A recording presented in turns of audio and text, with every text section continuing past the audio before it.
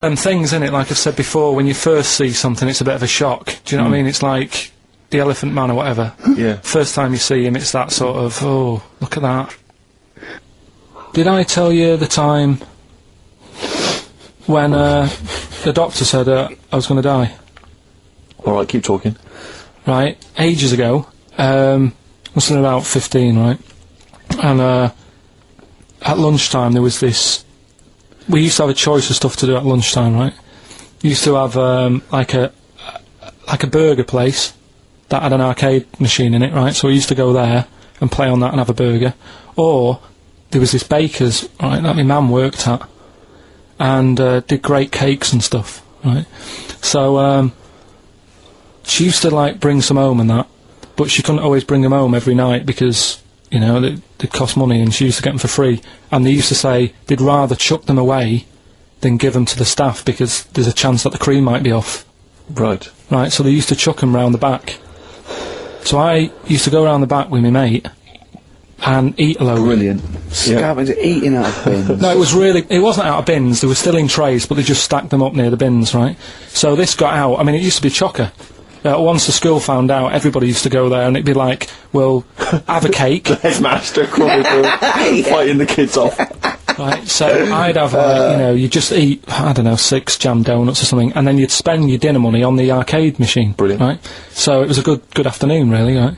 So you'd do that, and this one day I must have had 6 or 7 jam donuts, a few Congress tarts. What's a Congress tart? I love them, I can't get them in London, right? So I'd have some of them. And if anyone can get a Congress tart for Karl in London, please let him know. So anyway, this day, that was just a normal day. Do you know what I mean? You'd once, twice a week, you'd have a load of cake. In your life, Yeah, So normal anyway- day in your life. Were the frog boys there with the webbed hands and the big heads? So- and the horse in the settee? Yeah. But the day after one of these days, I had really bad cramp in my belly. Right? Yeah. I was like in agony, could hardly walk. So I said to my mum, oh. You could hardly stagger to the free cakes. So I was in absolute agony. I said, I don't like doctors, but you'll have to get a doctor in because I don't know what it is. I can't walk. Just gets the doctor round. I won't say his name, but he said, well, doesn't look like he's got long left. Blimey. So I was a bit like, hang on a minute, I've only had a few cream donuts. Yeah. My mum was panicking. Sure. He went, my dad came in from work, she said, oh, something's really bad with Karl, I think it's serious, you know, the doctor said he ain't got long left. So he said, what, he said that and just left?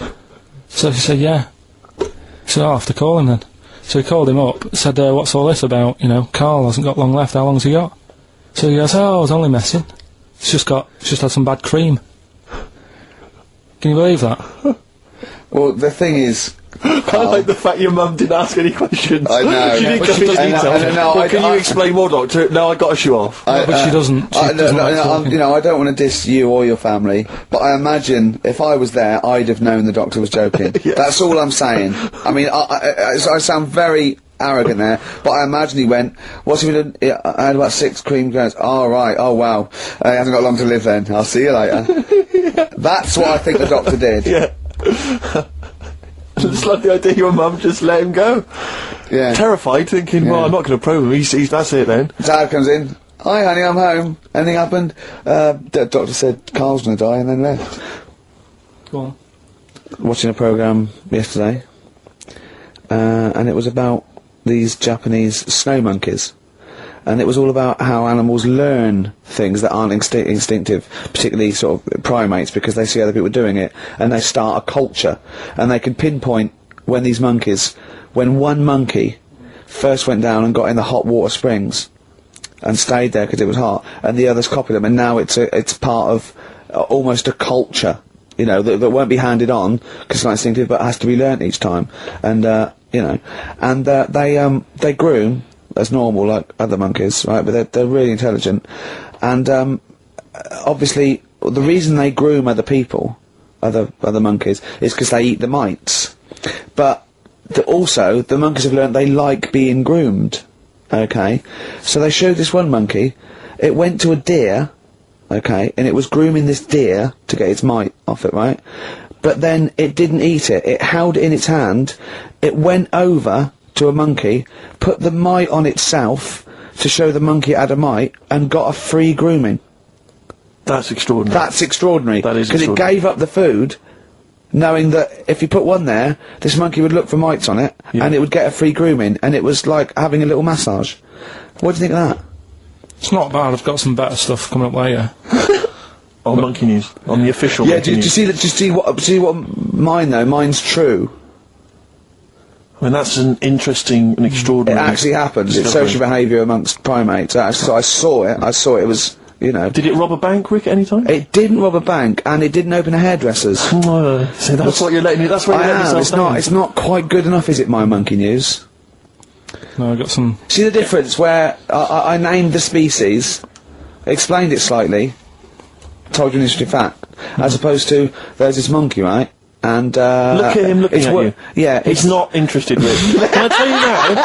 Can I try and describe for people the face that Karl has? I'll tell you what it's like. It's like if you draw some eyes, a nose, and a mouth on a balloon, and then inflate it to about half full. That's what Karl's face looks like. That's what his head looks like. It looks like a face you've drawn on a balloon. Very small, the rest of the head huge. It's just that today I'm a bit tired, right? That's one thing. Why are you a bit tired? I just haven't been sleeping, right? Why not? I don't know. I've got a lot going on in my head.